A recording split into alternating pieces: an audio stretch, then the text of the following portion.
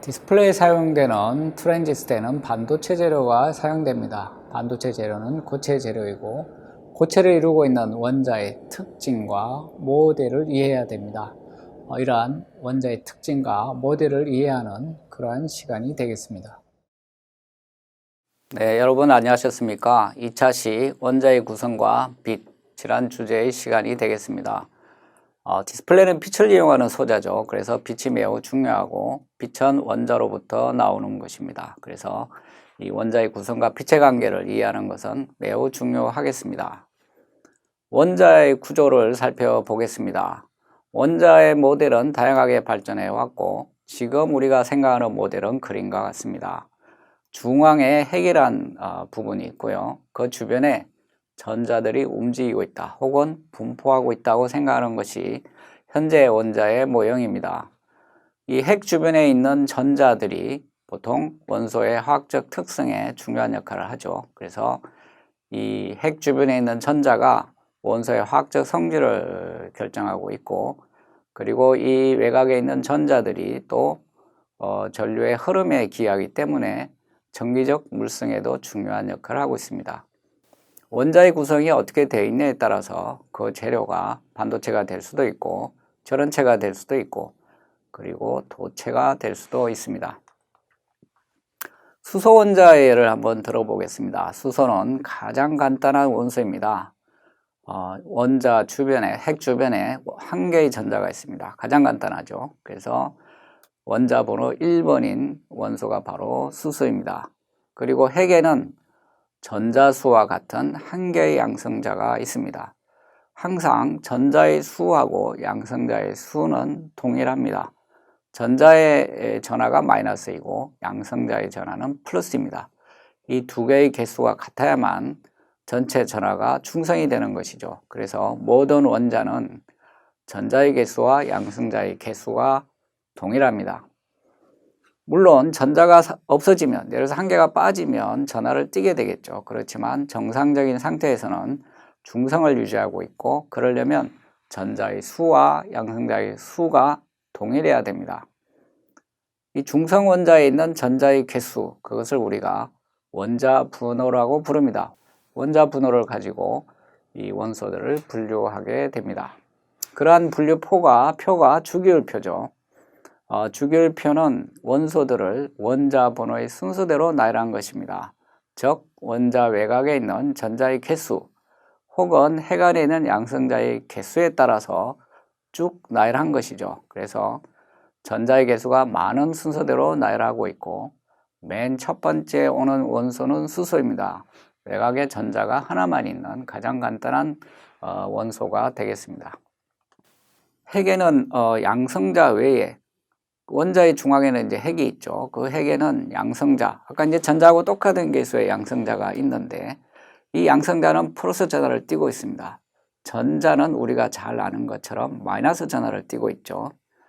그런데 이 핵 안에는 양성자 외에 전하를 띠지 않는 중성자가 있습니다. 그래서 핵에는 양성자와 중성자가 같이 들어있고 이 양성자하고 중성자 숫자를 합한 것, 이것을 우리가 질량수라고 부릅니다. 그래서 이 원자의 무게는 바로 이 양성자하고 중성자의 수를 합한 이 질량수로 나타낼 수가 있습니다. 전자는 매우 가볍기 때문에 전체 원자 무게는 기여하는 바가 거의 없다고 할 수가 있습니다. 그래서 원자의 무게를 따질 때, 질량을 따질 때는 양성자하고 중성자의 숫자만 고려하면 됩니다. 지금 표에 보면 각 중성자 그리고 양성자 전자의 무게가 나와 있는데 보시면 전자의 무게는 굉장히 작아서 무시할 만합니다. 탄소 원자 예를 들어보겠습니다. 탄소 원자의 왼쪽 위에 숫자가 나와 있죠. 12라고 나와 있습니다. 12. 이것은 바로 질량수입니다. 질량수는 양성자하고 중성자를 합한 그러한 숫자가 되겠습니다. 12 아래쪽에, 왼쪽 아래쪽에는 6이라고 나와 있죠. 이것은 바로 전자의 숫자입니다. 곧 이것은 양성자의 숫자이기도 합니다. 양성자가 6개 있다는 뜻이죠. 그래서 핵에는 중성자가 6개가 있습니다. 6 더하기 6은 12가 되겠죠. 이런 식으로 원소들을 나타내게 됩니다. 그래서 양성자 수는 전자의 숫자하고 항상 동일한데 이 중성자의 숫자는 조금 다를 수가 있습니다. 항상 같지가 않습니다. 예를 들어서 아까 탄소의 예를 들면 원자 번호가 6번, 전자가 6개, 양성자가 6개 이렇게 있지만 중성자는 지금 6개가 있지만 13번이 될 수도 있습니다. 질량수가. 그것은 이제 중성자가 하나 더 많을 때 그렇게 되는 거죠.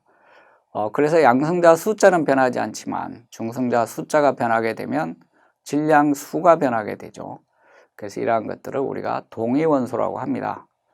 양성자 수는 똑같기 때문에 그리고 전자의 수도 똑같죠. 그래서 화학적인 성질은 똑같습니다.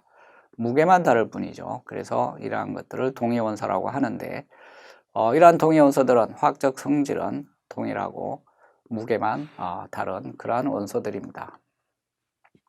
주기율표를 한번 살펴보겠습니다.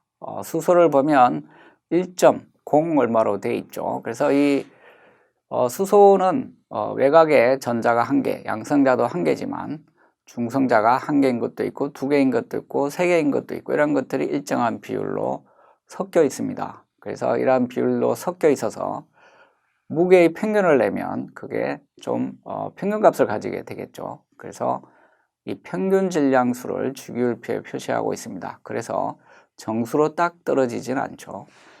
그래서 이 원소마다 그 동위원소의 비율들은 각각 다릅니다. 그래서 그걸 고려해서 평균 질량수를 주기율표에 표시하고 있습니다. 그래서 이 탄소를 다시 한번 살펴보면 질량수가 12입니다. 중성자하고 양성자 수를 합친 게 10이라는 것이죠. 그리고 이 질량수 12인 탄소 원자 질량의 15분의 1. 그러니까 탄소 원자의 질량을 12등분을 한 것이죠. 그것을 1원자 질량 단위, 아토믹 매스 유닛, 줄여서 AMU죠. 혹은 1U라고 표시를 합니다. 그래서 1U의 무게는 나와 있죠. 10의 마이너스 27승 kg. 매우 작은 질량입니다. 이러한 그 원자 단위, 질량 단위를 사용하고 있고 생화학이나 분자 생물학에서는 달튼이라는 용어도 씁니다. 똑같은 말입니다. 달튼이라 나오더라도 바로 이 1원자 질량 단위라는 것을 기억하면 되겠습니다. 어떤 원자나 분자가 여러 개 뭉치게 되면 질량이 늘어나게 되겠죠. 그래서 원자나 분자가 많아지면 질량이 점점 증가하게 됩니다. 그 질량이 질량수만큼 될 때 그때 그 분자나 원자의 숫자를 아보가드로 숫자라고 합니다.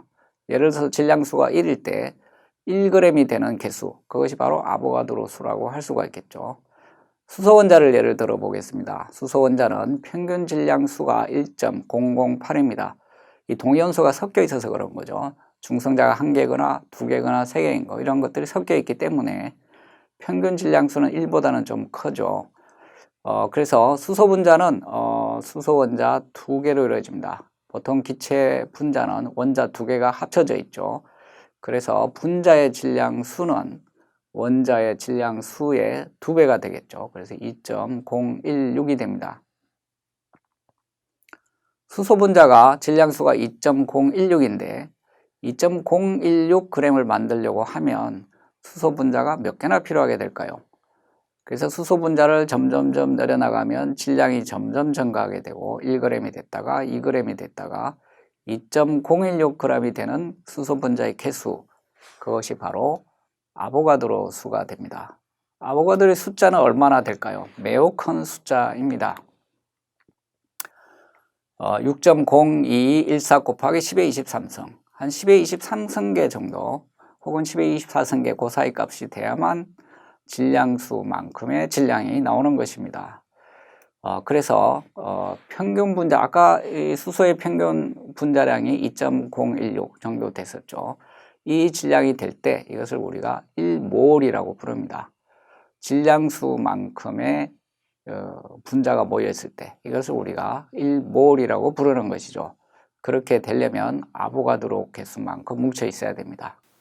자, 우리는 빛을 다루고 있죠. 그래서 이 원자들에서 나오는 빛에 우리는 관심이 있습니다.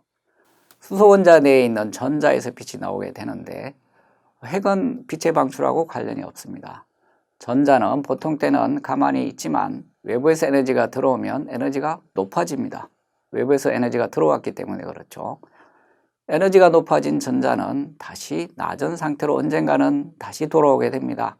매우 짧은 시간에 돌아올 수도 있고요. 어느 정도 시간이 있다가 돌아올 수도 있지만 어쨌든 다시 돌아가게 됩니다.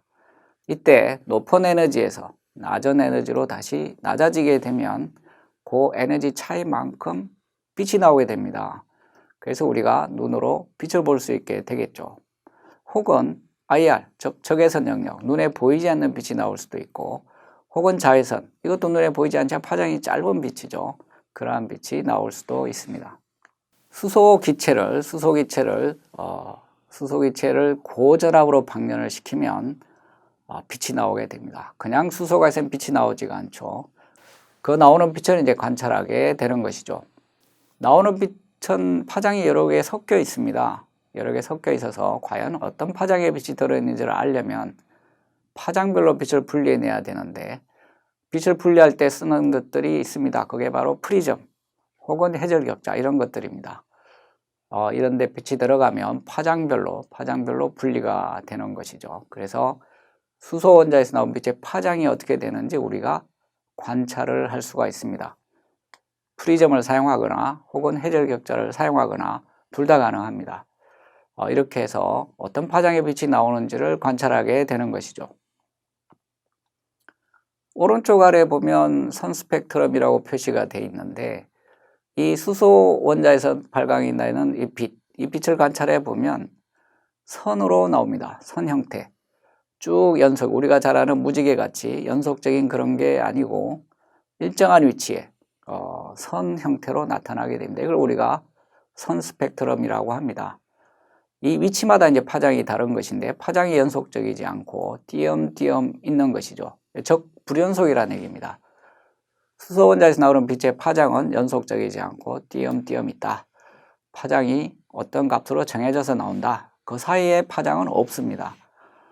우리가 백색광을 이 프리즘을 통과하면 연속적인 그러한 스펙트럼을 보여줍니다. 그렇지만 수소 원자에서 나오는 빛을 살펴보면 이러한 선 스펙트럼이 나오게 되는데, 이러한 선 스펙트럼을 잘 관찰하면 원자 내부에서 어떤 일들이 일어나고 있는지를 우리가 유추할 수가 있습니다. 이 나오는 빛에 대해서 한번 살펴보겠습니다. 빛은 우리가 파동으로 이해를 주로 하고 있습니다. 그렇지만 입자의 성질도 가집니다. 그래서 이중성이라고 합니다. 빛은 파동의 성질도 가지고 있지만 입자의 성질도 가지고 있다. 그게 빛의 이중적 성질입니다. 지금 빛이 그림에 표시되어 있는데, 이게 입자가 되면 저렇게 동글동글하게 표시된 입자처럼 우리가 생각할 수가 있는 것이죠. 이것을 우리가 광양자라고 합니다. 보통 광자라고 부르죠. 영어로는 포톤입니다. 이 포톤이 나온다는 것이죠. 그래서 입자로 생각하는 것이 빛의 입자설입니다. 동시에 이건 파동의 성질도 가지고 있죠. 그래서 두 가지 성질을 다 가지고 있습니다. 그리고 이 빛의 그 입자, 포톤이 가지는 에너지는 얼마가 될까요? 이 포톤의 에너지는 파장에 따라서 달라집니다. 그래서 파장이 짧으면 에너지가 높아지고 파장이 길면 에너지가 낮아집니다. 파장의 역수가 진동수죠. 진동수. 그러니까 빛의 속도를 파장으로 나누면 진동수가 되는데, 진동수하고 플랑크 상수를 곱한 값, 이것이 바로 포톤의 에너지입니다. 이것은 실험적으로 다 증명이 되어 있습니다. 그래서 포톤 한 개의 에너지는 hν라고 합니다. 진동수가 6, 빛의 진동수죠. h는 플랑크 상수입니다. 그래서 포톤 에너지는 저 hν로 결정이 됩니다. 이러한 광자는 동시에 파동성도 가지고 있습니다. 파동인지는 어떻게 알 수가 있죠?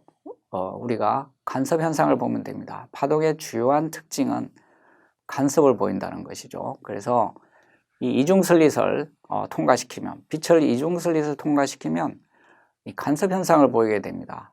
포톤이 입자이긴 하지만 그 입자들이 저 이중슬릿을 통과하게 되면 나타나는 현상은 저러한 간섭 현상으로 보입니다. 어떤 부분은 광자가 많이 도달하고 어떤 부분은 광자가 도달하지 않고 밝기의 차이가 생기죠. 이것은 바로 빛의 파동성을 보여주는 것입니다. 그래서 빛에는 이러한 파동성과 입자성 두 가지 성질이 다 있다고 합니다. 빛의 입자설을 주장한 건 아인슈타인입니다. 아인슈타인은 상대성 이론으로 유명하지만 노벨상을 받은 것은 상대성 이론이 아니라 바로 이 광양자설입니다. 빛은 입자의 성질을 가지고 있고 이것을 우리가 포톤이라고 부르는데 이걸로 아인슈타인이 노벨상을 받은 것이죠.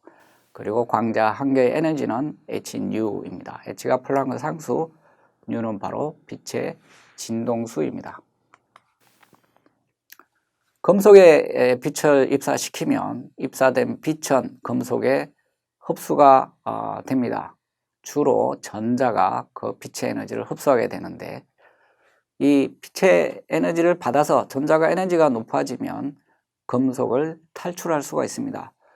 보통 때는 에너지가 없어서 에너지가 작아서 금속을 탈출하기가 어렵습니다.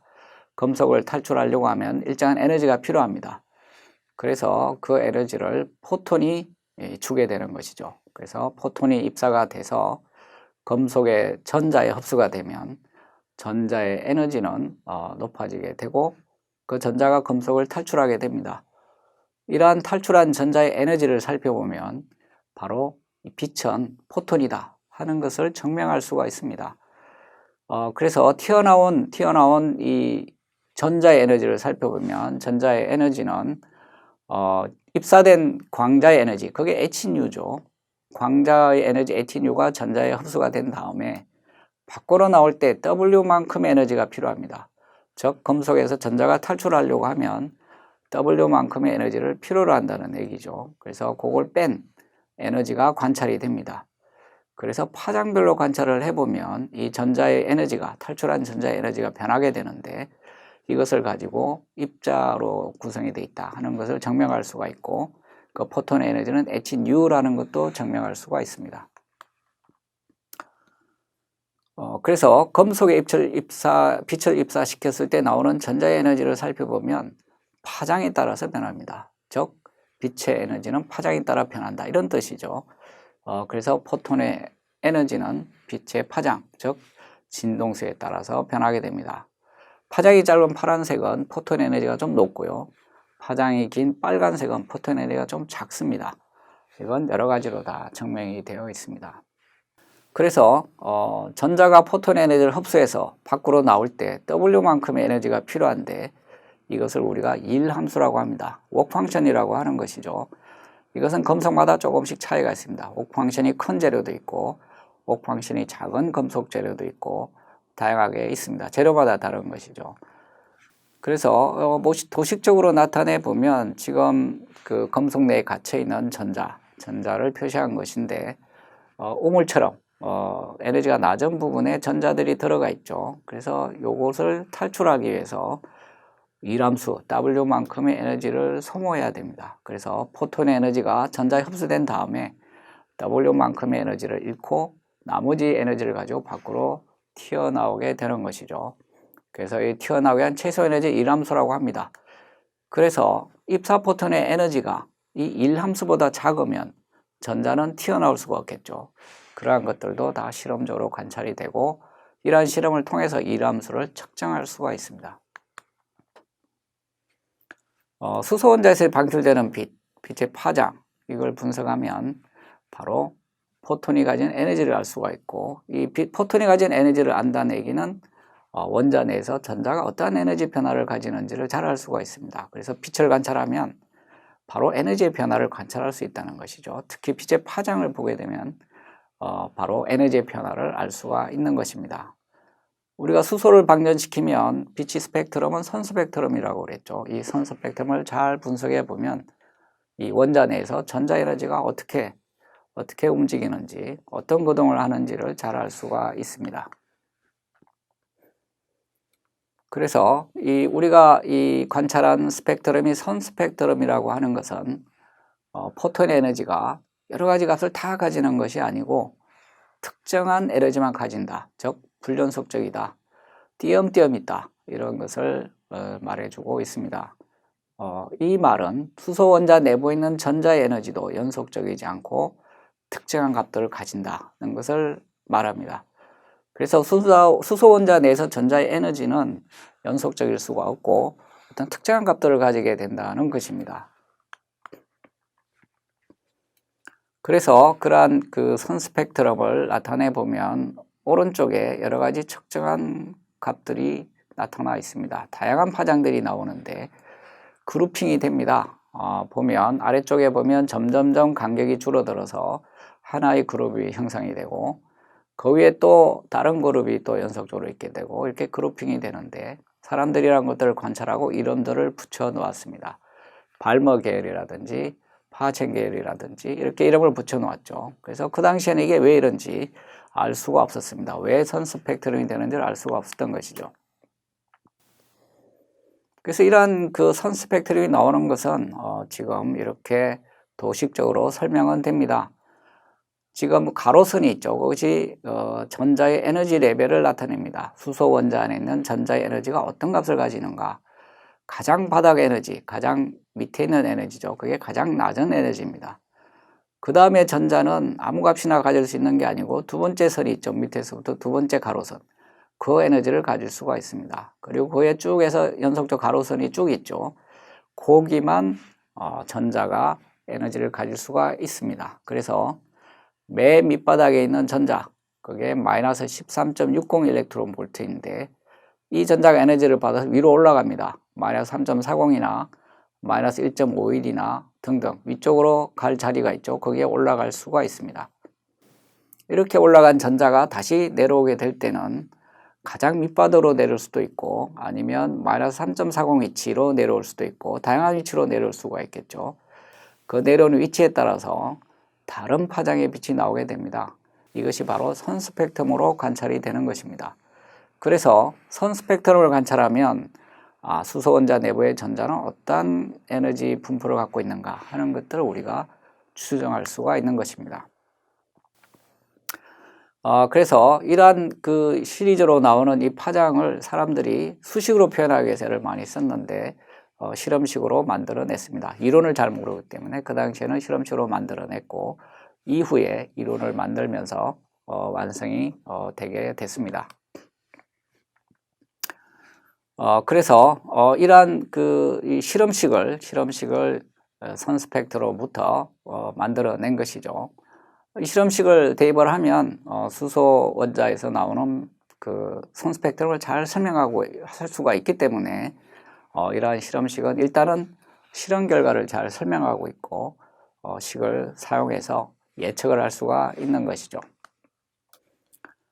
그래서 간단한 정수로 표시가 되고 있습니다. 실험식을 보시면 계열별로 조금씩 달라지겠지만 그래서 이 1 혹은 n 각각의 라이만 계열은 1n으로 되어 있는데 1은 가장 밑바닥의 에너지를 나타내는 것입니다. 발머 계열은 2제곱분의 1 마이너스 n제곱분의 1인데 2라는 것은 밑에서부터 두 번째 에너지를 나타내고 있는 것입니다. 그쪽으로 에너지가 낮아지는 전자에서 나오는 빛이라는 것이죠. 혹은 3으로 되는 것도 있겠죠. 다양한 시리즈가 존재하는데 이 식으로 다 설명이 됩니다. 앞에 있는 C는 빛의 속도를 나타내고요. 그 다음에 R은 상수입니다. 상수이고요. 그래서 1하고 n, 혹은 이제 2하고 n, 혹은 3하고 n, 요 숫자에 대응하는 빛이 나오는 것입니다.